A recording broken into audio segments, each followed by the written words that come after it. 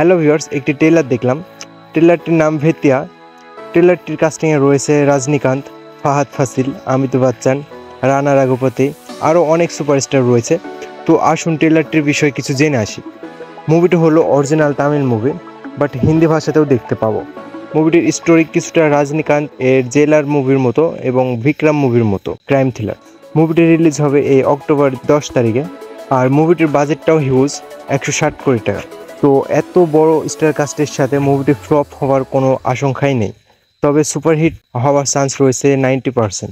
মুভিটির স্টোরিটা একটু ইউনিক কোয়ালিটির। আর যেখানে ফাহাদ ফাসিল রয়েছে আমাদের সুপারস্টার রজনীকান্ত এবং 90 দশকের সুপারস্টার অমিতাভ বচ্চন যেখানে থাকবে, ট্রাস্ট মি, সেখানে মুভি ফ্লপ হওয়ার কোনো চান্সই থাকে না।